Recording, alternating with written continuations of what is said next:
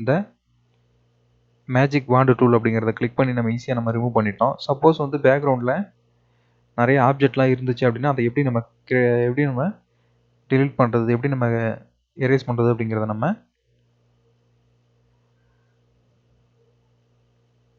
பார்ப்போம். அதுக்கு நம்ம வேற ஒரு ஃபைல் நம்ம ஓப்பன் பண்ணிப்போம்.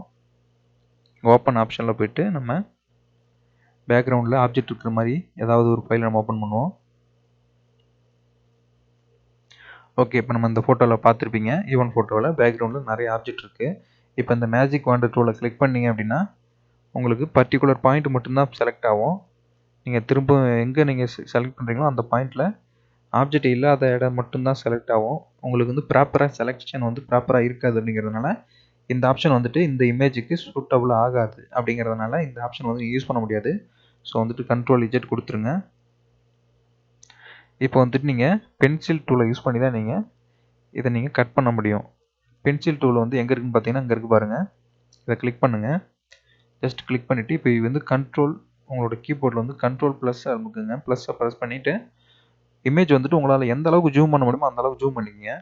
ஜூம் பண்ணிவிட்டு அப்போ தான் உங்களுக்கு வந்து நீங்கள் செலக்ட் பண்ணும்போது பர்ஃபெக்டாக செலக்ட் ஆகும். ஜூம் பண்ணிட்ட பிறகு நீங்கள் மவுஸ் யூஸ் பண்ணீங்க அப்படின்னா நீங்கள் மவுஸில் லெஃப்ட் கிளிக் பட்டன் யூஸ் பண்ணி நீங்கள் ட்ராக் அண்ட் ட்ராப் பண்ணி இதை மூவ் பண்ணிக்கலாம். அப்படி இல்லை அப்படின்னா இங்கே ஸ்க்ரீனில் 2 பக்கமும் ஒரு ஸ்லைடர் கொடுத்துருப்பாங்க பாருங்கள். அந்த ஸ்லைடர் அட்ஜஸ்ட் பண்ணி நீங்கள் இமேஜை அட்ஜஸ்ட் பண்ணிக்கலாம். இங்கே இருக்குது பாருங்கள் ஸ்லைடர் அட்ஜஸ்ட் பண்ணி நீங்கள் இமேஜோட ஃபஸ்ட்டு பாயிண்ட்டை நீங்கள் செலக்ட் பண்ணிட்டீங்க.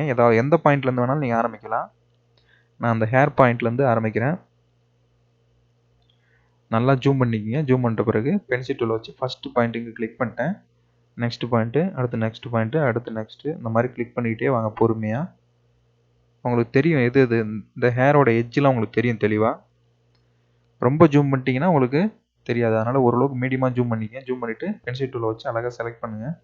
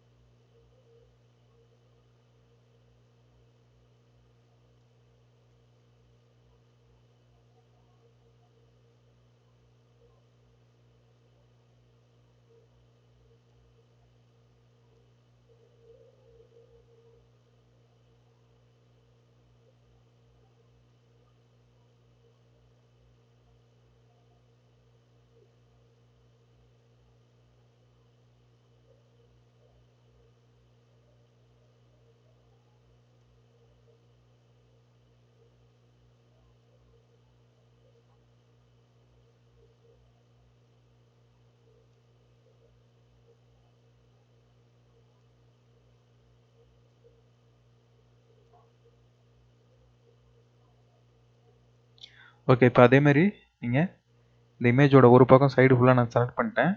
செலக்ட் பண்ணிட்ட பிறகு நம்ம இமேஜோட அவுட்டர் ஏரியாவில் நம்ம எம்டி ஸ்பேஸில் கூட நம்ம செலெக்ஷனை வந்து நம்ம கண்டினியூ பண்ணலாம். அதனால் அந்த எம்டி ஸ்பேஸும் நமக்கு அவுட்புட் வந்துருமோ அப்படின்னு நீங்கள் பயப்பட தேவையில்லை. இமேஜோட சைஸுக்கு உள்ள இருக்கிற ஏரியா மட்டும்தான் நமக்கு அவுட்புட் கிடைக்கும். நீங்கள் அவுட் சைடு செலக்ட் பண்ணிட்டீங்க அப்படின்னா இமேஜை விட்டு வெளியே நீங்கள் செலக்ட் பண்ணிங்கன்னா அது வந்து உங்களுக்கு அவுட்புட் வராது. அதனால் நீங்கள் செலெக்ஷன் வந்து நீங்கள் பாட்டமில் செலக்ட் பண்ணும்போது நீங்கள் இந்த மாதிரி அவுட்டர் ஏரியாவில் நீங்கள் செலக்ட் பண்ணிக்கலாம்.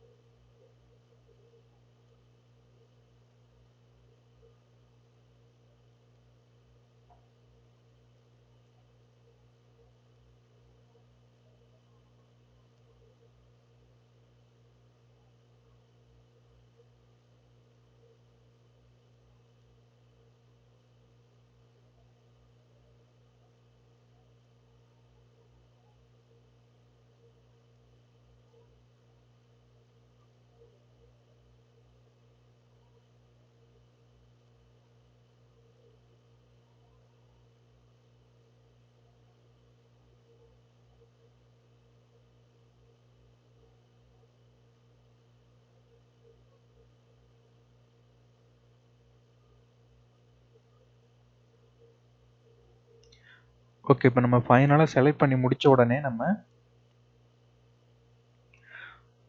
கண்ட்ரோல் பட்டனை கீபோர்டில் கண்ட்ரோல் பட்டனை ப்ரெஸ் பண்ணி நம்ம மைனஸ் பட்டனை ப்ரெஸ் பண்ணோம் அப்படின்னா ஜூம் வந்து அவுட் ஆயிரும்.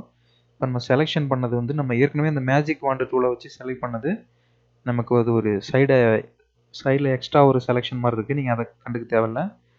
இப்போ நம்ம செலக்ட் பண்ண உடனே இந்த மாதிரி நமக்கு ப்ளூ கலரில் டாட்டர் லைன் மாதிரி கிரியேட் ஆகிருக்கும். இப்போ நம்ம கீபோர்டில் கண்ட்ரோல் என்டர் கொடுங்க.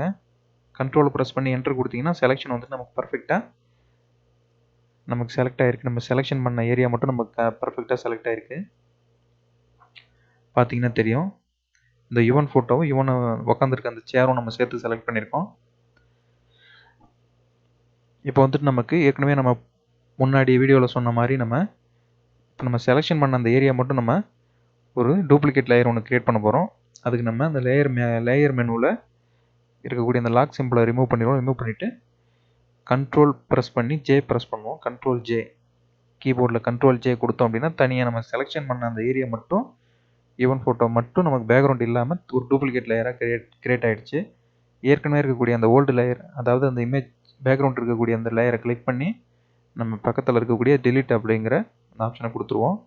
அப்புறம் பேக்ரவுண்ட் இல்லாமல் இந்த யுவனோட ஃபோட்டோ வந்து நமக்கு கிரியேட் ஆகிருக்கு. இப்போ நம்ம ஏற்கனவே சொன்ன மாதிரி ஃபைல் ஆப்ஷனில் போய்ட்டு எக்ஸ்போர்ட் அப்படிங்கிற அந்த ஆப்ஷனில் போய்ட்டு எக்ஸ்போர்ட் கொடுத்தோம் அப்படின்னா நமக்கு இங்கே பிஎன்ஜி அப்படிங்கிறத செலக்ட் பண்ணிவிட்டு நம்ம எக்ஸ்போர்ட் ஆல் கொடுத்தோம் அப்படின்னா நமக்கு எந்த இடத்துல சேவ் ஆகணும்னு கேட்கும். நீங்கள் டெஸ்க்டாப் அப்படிங்கிறத செலக்ட் பண்ணிவிட்டு ரீநேம் கொடுத்துட்டு